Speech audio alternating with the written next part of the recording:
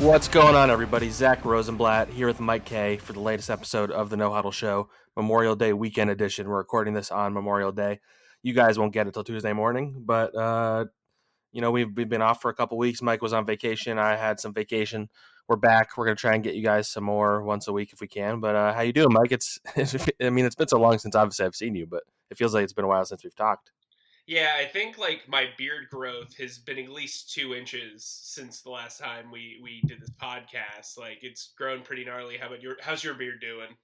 It's a big old gnarly beard, and most people haven't seen it, so it's probably best. I originally I was just like, I just won't shave it during quarantine at all, and then it started getting huge, and then quarantine kept going, and so now I occasionally trim it so I don't look like a mad caveman. But I invested in a new kind of beard wash. It was a little more expensive, but it's doing the job, and this is my life in quarantine in 2020. So it's like your bulletproof coffee for Nick Foles. It's like the new Exactly. product that you're like really. And it's working wonders so far. So if I'm the Hey, Nick Foles of beards on this beat, then that's okay. they mentioned bulletproof coffee on Shark Tank the other day, and I was like, Oh, oh, really? I know about that brand. Yeah, because they Like, always. hey, I know that one. I know that one. Yeah, man, it was surreal. It was an out of body experience knowing about a brand.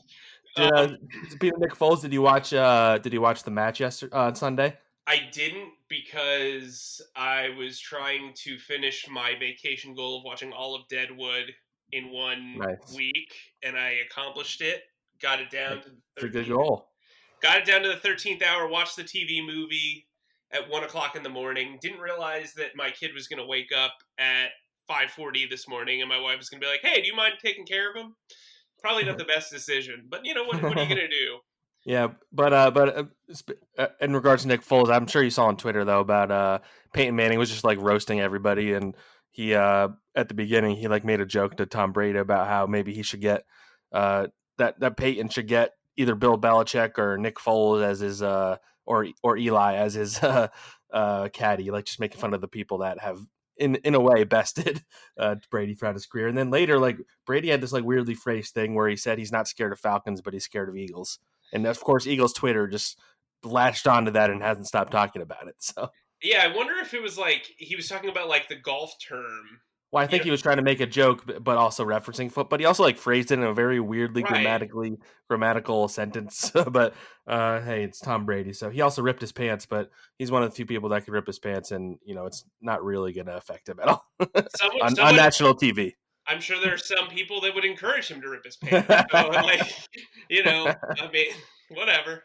I mean, like everybody was saying, I didn't watch it from start to finish. I was doing some other stuff, but everybody was saying how it's weird seeing Tom Brady be a human. It's actually is making this more entertaining because he like was not playing well before he had a great shot late in the match. He wound up losing, of course. Anyway, we can get into some Eagles talk. There's not a whole lot to talk about. It's more about what the Eagles haven't done yet. As it wouldn't be an Eagles offseason if there wasn't a lot of discussion about them either signing or not signing a running back. And we've reached that stage of the offseason where there's nothing else to talk about. So Eagles fans are back on that. There's been rumors over the last few weeks of them being interested in specific veteran guys, specifically Carlos Hyde and Devonta Freeman were the ones for a while. And then LeSean McCoy has been thrown back into the mix. And then Carlos Hyde kind of surprised me that he signed with the Seahawks. I didn't see what the contract was. They do love getting as many running backs as possible. Chris Carson gets a lot of carries, so I can't imagine he gets a lot of touches there. But maybe the Eagles just weren't offering him any more than a minimum, which is something you could probably talk a lot bit more. But so if they're choosing between those three guys, that leaves Devonta and LeSean McCoy. But what'd you think when you heard Carlos Hyde chose to go elsewhere? Man, I'm glad I'm on vacation and I don't have to deal with all the Twitter backlash. The Eagles not hiding probably the most ideal of the three guys. I thought he made the most sense from a complimentary standpoint with Miles Sanders. He is a big dude, very used to playing in rotations, can pick up short yardage. But I think people kind of overlook the fact that Boston Scott was pretty good in short yardage last year. You can't really go with that and just claim, Boston Scott's kind of in that Greg Ward, Josh Perkins, TJ Edwards kind of category where they showed some flash and they showed they have the capabilities of doing things, at least in certain moments, but you don't know if they can do that in a prolonged sense with a lot of tape out there and a lot of study of their game. by other teams. So I think when you look at the running back stable, you've got Miles Sanders, who's going to be a legit star in this league. You've got Boston Scott, who's a good change of pace back, who can catch the ball out of the backfield pretty well.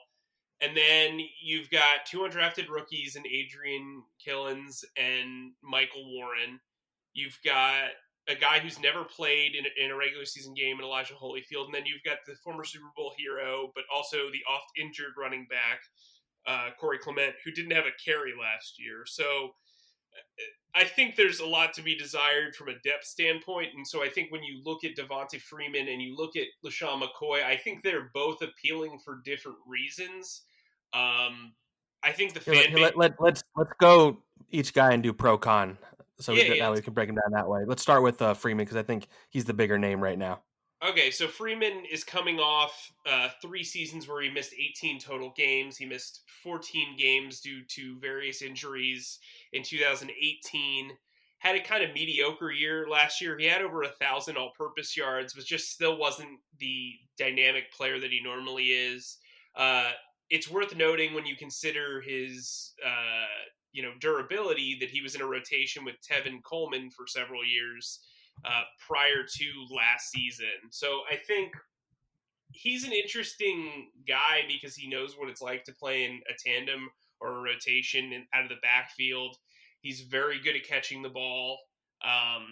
He had 59 catches last year in a down year, which is pretty good. So yeah, he offers a bit more power than you're expecting from a smaller back. I think he would complement Miles Sanders pretty well. Again, though, the major con for him is durability. He also wants significant money. He turned down money from Seattle that Carlos Hyde essentially took. I think it was a one-year contract of up to $4 million. Ian Rappaport brought it up on Monday that, retirement could be an option for him. He's 28 years old. He's made $24 million already. If he's not going to get the type of offers that he wants, which he won't at this point in the offseason, unless there's a major running back injury for a team that's Super Bowl bound, I just don't know what the other option is other than signing with the Eagles, trying to win a ring, or you just don't think it's worth it for the wear and tear of your body. And so I think that's something the Eagles really have to weigh. If he does not want to play for a maybe $1 or $2 million contract, he's probably not going to sign at any point during training camp. Maybe he signs in the middle of the season and waits for an injury. But to me, I'm not paying a veteran running back more than $2 million. I probably even wouldn't pay $2 million. I just don't think it's worth it right now. I like Boston Scott a lot. I love Miles Sanders and the talent that he brings. But if Devonta Freeman thinks he's going to get $4 or $5 million from the Eagles, he's out of his mind. Yes, I agree with that. And then LeSean McCoy, I'll give my opinion on this after you run through the pros and cons with him. Run through what you think about Shady, and then we can start talking about what we think they should do. So LeSean's going to turn 32 in July. That's it's pretty counterintuitive to the Eagles offseason, but then again, they've also been checking in on Jason Peters, who's 38. I think the age is the problem. I think you get concerned about the myth over the man in a lot of ways because he is the team's all-time leading rusher. He is a guy that Doug Peterson has a good relationship with. He's a guy that Howie Roseman and Jeffrey Lurie have good relationships with. You wonder if he kind of gets a little bit more of the benefit of the doubt, maybe in touches. He is also pretty similar to Miles Sanders. He's not offering you a ground and pound option. He's not offering you something else. He's just offering you kind of an older version of Miles Sanders. So I think that might be where I'm kind of I don't really see the complement there. I could see it if they're concerned about durability in general and they just want to have a guy who can go in there if Miles Sanders gets injured or Boston Scott gets injured. But realistically, I think the man versus the myth issue is what I think a lot of the Eagles fan base that doesn't want him back in Philly is struggling with. Obviously, he had some of those off the field stories that he had, and but that aside, I mean, he hasn't been in trouble or anything like that legally. He hasn't dealt with suspensions. He's been extremely durable too for his age. You do look at his season with the Chiefs, and it's kind of bizarre because he was averaging a pretty good yards per carry. he was doing pretty well, and then he had a fumble and then got benched for Damian Williams. So that's kind of weird. I think you'd be able to get more insight from Andy Reid as the Eagles than you would with any other team. So that's kind of helpful if Andy Reid's just like, look, we went with the hot hand and he can't play special teams. That's also another drawback. When you have a second or third running back who can't play special teams, it limits your ability to move around the roster. That said, with the new roster parameters of being able to have 48 guys active, maybe it's you bring up a special teams running back or a special teams tight end to kind of fill that void, and it doesn't matter as much because you have LeSean on the active roster. But that would be my take on LeSean McCoy. All right, yeah, I agree with everything you said. My opinion about these two guys is, like you said, I don't think they should pay any more than $2 million for you. Maybe a Devonta Freeman, you can throw some incentives in the event that he has to be their full-time starter or something. But yeah, I wouldn't pay more than $2 million, and I honestly wouldn't even sign LeSean McCoy. I'd rather roll with Boston Scott. I think he showed a lot at the end of last season. He's young. I think, I know you mentioned that like LeSean McCoy was starting quite a bit for the Chiefs, even though he joined them like right before the season. But in the last 6 games that he played, he only averaged 3.49 yards a carry. He didn't play at all in the playoffs. He played 1 snap the entire playoffs. He didn't play at all the last 3 weeks of the regular season. He can't play special teams. I'm not sure he's a particularly good blocker anymore. So like I don't really, unless he's your third running back, I don't really know what he's given to you that Boston Scott can't. Especially because Boston Scott is a good special teams player. I don't know how he is as a blocker. He probably needs to work there, but he's a young. I'd rather roll with him and try and build up his confidence rather than bringing in competition or waiting until, I don't know, if like Lamar Miller heals up by July or somebody will get cut that, is going to be a decent play. Running backs get cut all the time.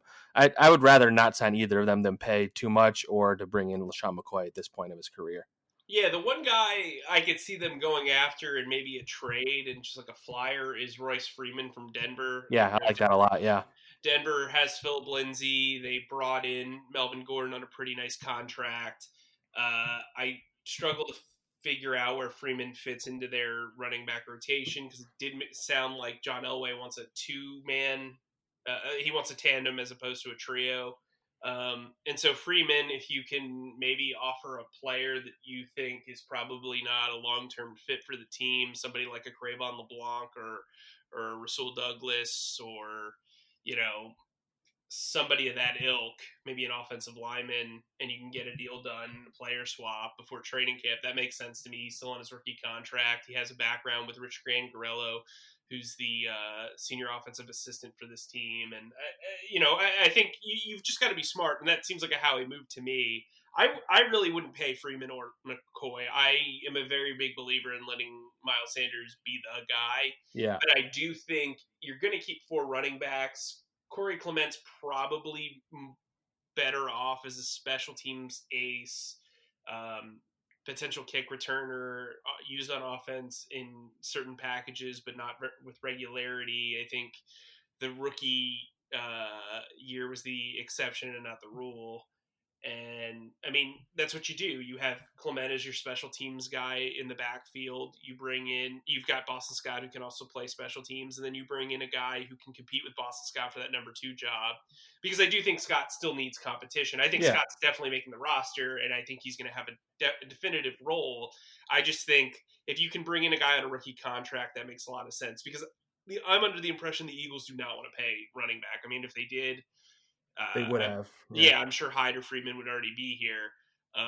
But yeah, I'm team trade for a low-cost running back. Yeah, or like wait it out for somebody to get cut. Like who knows if even like the Jaguars just give up on Fournette or something like that. Like I don't know. There's always running backs that get cut after I mean, LeSean McCoy got cut last year and the Eagles didn't want to sign him. So right. So I mean, again, I think running back is a lot like linebacker. I mean, I heard a story this morning of the 4 positions that they could afford to add a veteran.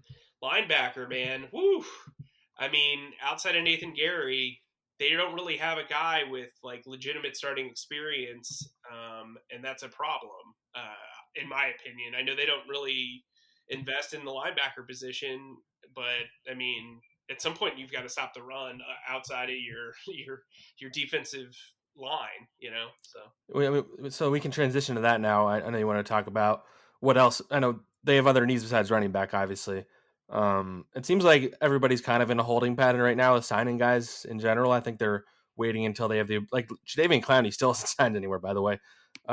Waiting for, I think a lot of teams are waiting to be able to have the ability to give guys physicals both on their team and in free agency, and then kind of go from there. But if the Eagles were to sign other positions, would linebacker be at the top of the list for you? Yeah, I think linebacker and defensive end are the two positions where I get where they're going. I understand their confidence in TJ Edwards, Nathan Gary, as well as their confidence in Brandon Graham, Derek Barnett, and Josh Sweat. But I do think reinforcing those positions with some veteran talent is important. I mean, I think when you look at linebacker, they have Duke Riley and Jatavis Brown, who both have some starting experience, but both of them, kind of fizzled out pretty quickly in their first stops, Atlanta and Los Angeles. So, to me, they scream Corey Nelson. I think Duke has the special teams upside that he'll be a special teams captain again. I think there's a lot of Camus Grugier Hill to him. But as far as starting on defense and being a consistent member of the starting defensive front, I have concerns. There's not really a lot of talent out there. Like Nigel Bradham's still out there, but it's really a very small list. I think they'd probably bring in a guy after final cuts or maybe early on in training camp when teams kind of figure out what they have. This is a weird offseason. It's hard to kind of predict who's going to come loose. And then I think at defensive end, the one guy I would bring in is Vinny Curry. I think he would sign for the minimum. He knows the defense. By this time now, he can probably accept being the fourth defensive end in the pass rushing rotation. There's that. I mean, a couple of people after I posted the article said something about tight end. I think they're happy with tight end. I think they've invested enough. I think they run a lot of 12 personnel mainly because of the talent they have there in Dallas Goedert and Zach Ertz. I mean, when Brent Selleck was here, they ran a lot of 12 because he was a very good blocker. He's essentially a sixth offensive lineman. And Zach Ertz is Zach Ertz. So I think they're okay having a competition between Josh Perkins, Alex Ellis, and Noah. I can't even pronounce his last name. Tuagai. We'll see where that goes.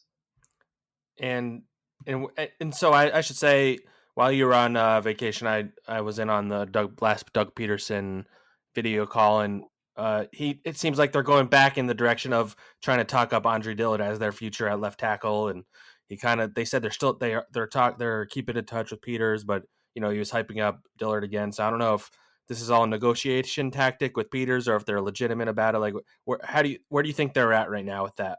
So from Peters' end, I wouldn't sign till training camp anyway. You're not going to the offseason program. Yeah. It doesn't really, especially with the fact that there are no physical operations to it. Nobody's tearing an ACL tomorrow. You know what I mean? Yeah. So you're waiting and just waiting. I mean, there's going to be a virtual veterans mini camp. Think about that.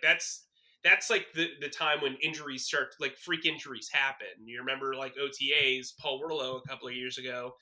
You're going to laugh under your breath about this, but remember Paul Warlow tore his ACL on the first day of OTA. The first play of OTAs. Yes, right. I was there. And he told me, he's like, I was so embarrassed because no one does that. No one is supposed to get injured in OTAs, but it happens. And I mean, if Peters is waiting for a physical sign, I just don't know what he's waiting for. You know what I mean? So if I'm him, I'm just waiting it out. Interest will pop up during the first week of training camp because there's always a major injury at left tackle somewhere, whether it's season ending or it's for a few weeks or months. But from his vantage point, he shouldn't be in a rush to sign, just like Jadeveon Clowney shouldn't be in a rush to sign. From the Eagles' end, I think it pays to wait because if you give Andre Dillard the actual shot to win the job, you're not damning him to a situation of a lot of what ifs and a lot of predetermined opinions. You know what I mean?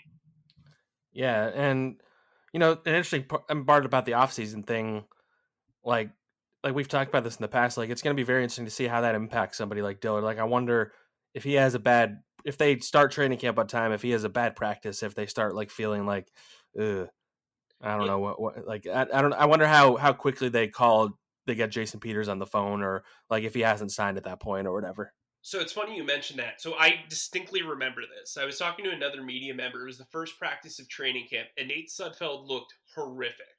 Like, had a terrible practice. Or maybe it was the second day, and we turned to each other and we're like, there's no way that he's the number 2 quarterback heading into the season. They got to sign somebody. Now, when he got injured, they signed Josh McCown, and then it came out that they were calling McCown way before that. Yeah, so to your point, I do wonder if, like, that's something they're considering. You know what I mean? Like, give the kid some rope and see how long it takes for him to kind of tie the noose. You know what I mean? I mean, look, I think he's on shaky ground. I think there's a lot of external and internal posturing when it comes to Andre Dillard on both sides of the argument. I don't think he is set in stone at the starting left tackle position as of now.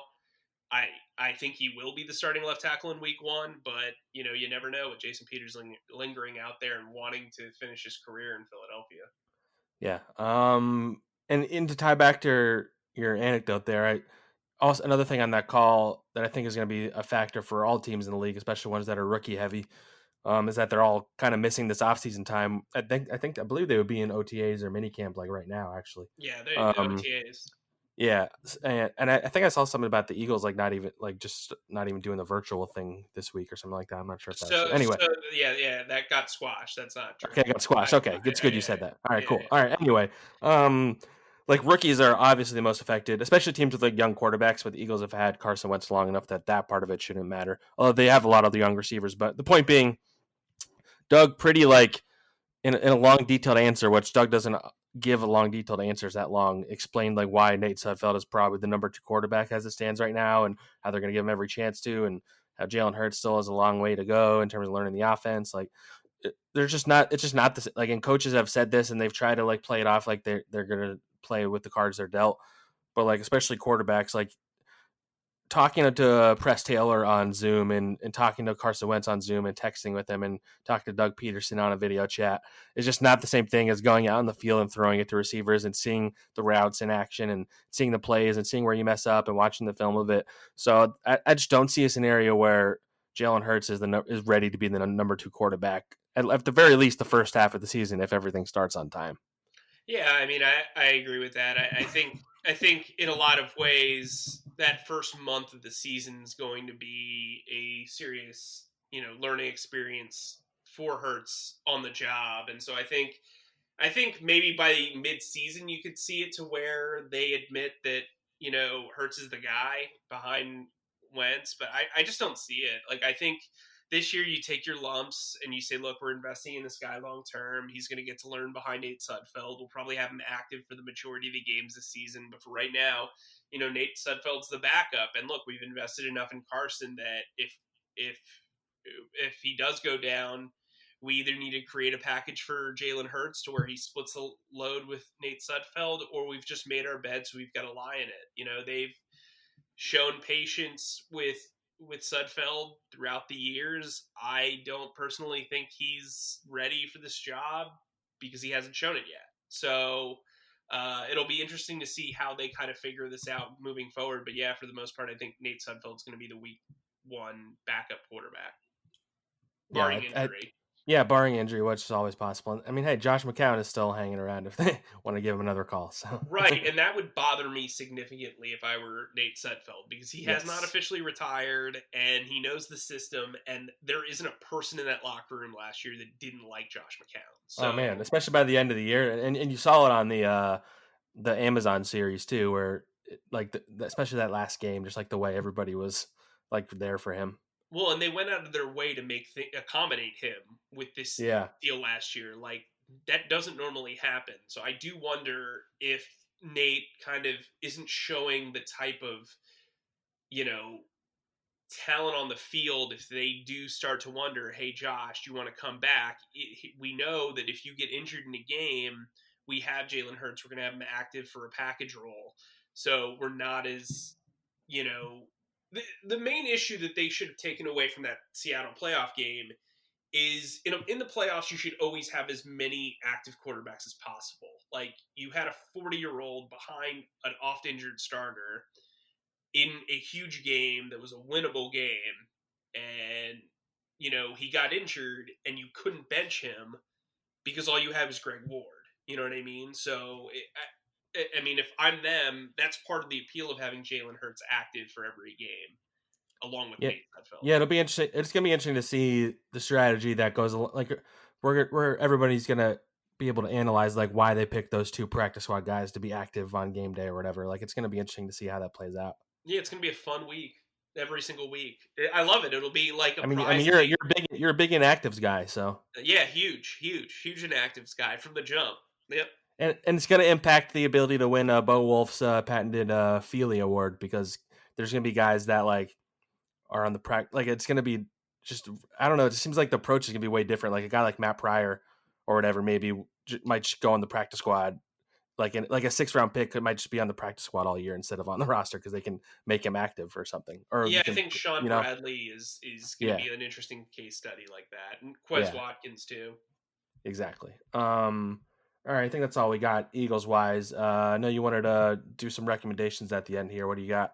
All right, so I watched Deadwood. I really recommend that you guys, if you're in quarantine mode and you need to find some entertainment, I got HBO Now, and it was a very smart decision. You can really, like, if you have time on your hands and you're not working a ton, you can there's 36 episodes and an hour and like 50-minute movie, and that's like the entire series. It's insane that show got canceled after 3 seasons. Just like the creator went on to do like John in Cincinnati, which from all accounts is a terrible show. But anyway, whatever. Actually, IMDb likes it, but I guess if you're really passionate about something, you're gonna go either way. And then my other recommendation, That Thing You Do, if you have not seen that yet. I saw that movie very late in my life. Actually, I've not seen that. You should see it. It's Tom Hanks' first movie that he ever wrote, directed. He wrote and directed it. Howie Long has a scene that was cut from the movie, but my wife and I watch it like every couple of years. My wife introduced me to it. It was the rare occasion where my wife kind of like schooled me on a movie. She's like, I can't believe you haven't seen this. But I actually had an experience like that just last night. One of my weak spots movie wise is I had never seen Princess Bride, and I just watched that for the first time last night because it was my girlfriend's favorite movie. You watched it before you saw Tombstone? I don't like. Yes. I don't understand. I told you at this point that's just to spite you. You need to watch the movie. Tombstone is always the recommendation. I don't even need to say it. Like, there's a blanket recommendation from you to watch Tombstone. Yes. Also, if you're looking for a really good book, I read Val Kilmer's memoir during my week of vacation. A very good book. A lot of insight into his life. It's less movie related and more so like life oriented. I thought it was very enlightening. He's gone through kind of hell and back medically over the last few years, but he kind of offered some insight there. Offered a little bit of insight on Top Gun 2, and how that came to be. But I thought it was pretty good. I read it in 2 days, so it was an interesting read. So the book I just started yesterday or 2 days ago is a nice little sequel to The Last Dance. It's called When Nothing Else Matters. It's about Michael Jordan's time with the Wizards when he came back and when he started out as executive. And it was a Washington Post writer named Michael Lehigh. I don't know how to pronounce his last name. I can't put it down. It's really great. It doesn't make Michael look very good. Actually makes him look quite bad. And I just think it's a really awesome follow. If you want to scratch that Michael Jordan itch, it's so good. I don't know if it's available on paperback, but I got it on Kindle. I think you can get it on your phone or iPad or your computer or whatever. There's just some great behind the scenes stuff. This reporter followed them for a full year, and he had some interviews, and he just has such great detail, and there's all these anecdotes about just the way Michael Jordan was treating his teammates when he came back, especially Kwame Brown, who they described one practice in particular where Kwame was famously pretty soft, and he was just complaining every time he wasn't getting a foul call at one scrimmage. Well, first the start of the anecdote was that first he was challenging Michael to one-on-one. He was thinking he could beat Michael, this 38-year-old guy who's slow, and he's a lot taller than him. And then Michael goes to destroy him and talk trash to him every single time up the floor, just like destroying his confidence. And then at like a scrimmage, I don't know if it was that day or whatever, Kwame's like complaining that like Christian Laettner's fouling him too much. And Michael Jordan just starts calling him some words that I cannot repeat on here over and over again.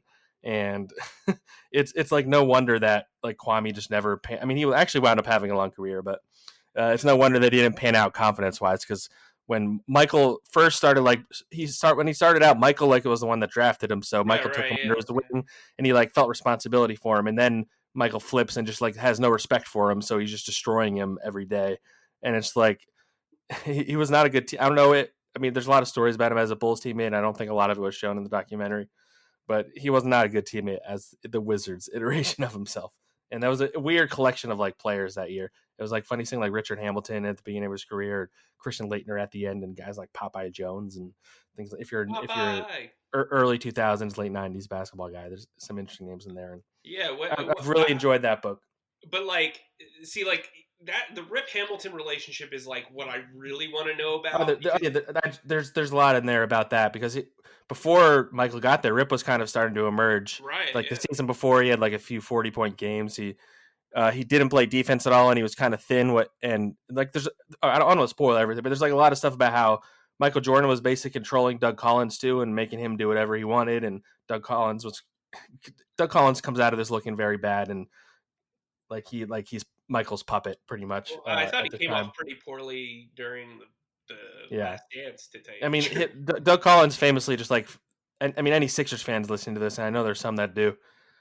Doug Collins pretty famously just like flames out what happens is he comes to a team, some young players get a little better, the team competes in like the second year, and then Doug Collins' personality just like ruins it, and he becomes a type that nobody in the locker room respects, and then he gets fired, and and he keeps on getting jobs, and now he finally does. Anyway, he seems like the more likable. He seems like the nice guy Larry Brown in a lot of ways. You know what I mean? Yeah. But Larry Brown was a much better coach. Yeah, except Larry. Yeah, Larry alienated people famously all the time. Yeah. And then TV show wise, if anyone's fans of the show Rick and Morty, I've just started that new show Solar Opposites on Hulu, which is the same creators.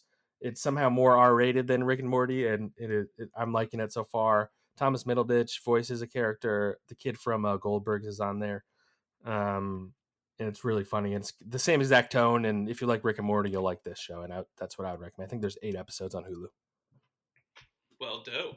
All right. As the kids say. I don't think kids say that, Mike. They don't? They don't say it? Oh, no. Oh, one more before we go. Don't explain it. Who's your breakout player for this year on offense or defense? Breakout player on offense or defense? I mean, I might say Miles Sanders, honestly. I think he's going to take the next step into like being a Pro Bowler type guy. So, I mean, they're counting on him to do that at least. I'm going to go TJ Edwards. I think he's going to have a really good year. That makes a lot of sense. All right. We'll wrap up on that. We'll try and get you guys another episode next week. And then, leave us some questions. Text Mike some questions on Eagles Extra. Maybe we'll do like a mailbag pod coming up, because those are always good. We haven't done one in a while, so maybe we'll ask some questions on Twitter too. But yeah, let us know, and we'll talk to you guys soon. Deuces.